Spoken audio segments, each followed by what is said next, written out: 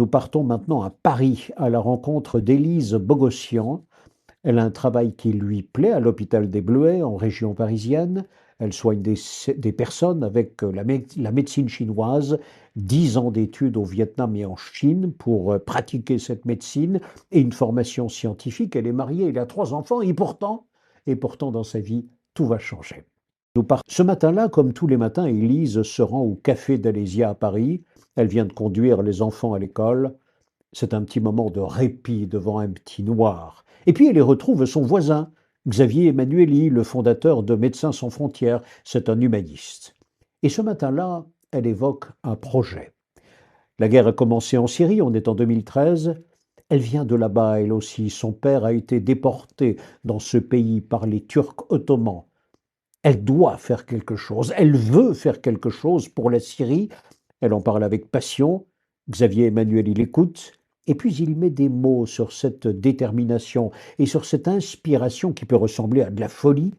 Eh bien, c'est ce jour-là où la vie d'Élise bascule. Oui, parce que elle veut partir aider. C'est un appel profond, elle le sent dans sa chair. Impossible de donner une définition. Alors elle prépare son voyage en Syrie, elle dit au revoir à ses enfants. Maman reviendra. Elle part pour la Syrie, mais c'est impossible d'approcher la frontière dans les combats. Elle est bloquée en Jordanie, alors elle se joint aux structures marocaines, rejoint les soldats et les médecins militaires envoyés par le roi du Maroc.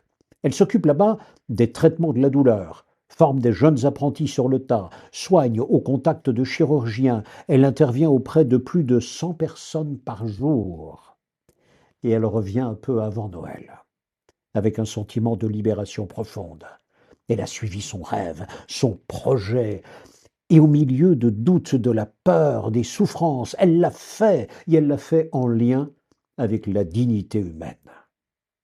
Une dizaine d'années plus tard, Élise a son ONG, Élise Care. C'est une entreprise avec des médecins, des hôpitaux itinérants. Elle intervient partout. Elle intervient en Arménie, en Syrie, en Éthiopie. Ici, elle collecte des fonds, organise la logistique. Là-bas, elle coordonne les aides, les puits, les circuits médicaux. Elle est incapable de s'arrêter, de ne pas faire mieux, de ne pas faire plus. Et Élise rayonne. Son engagement inspire et attire. Et à son contact, chacun comprend, confusément, ce que pourrait être une vie meilleure.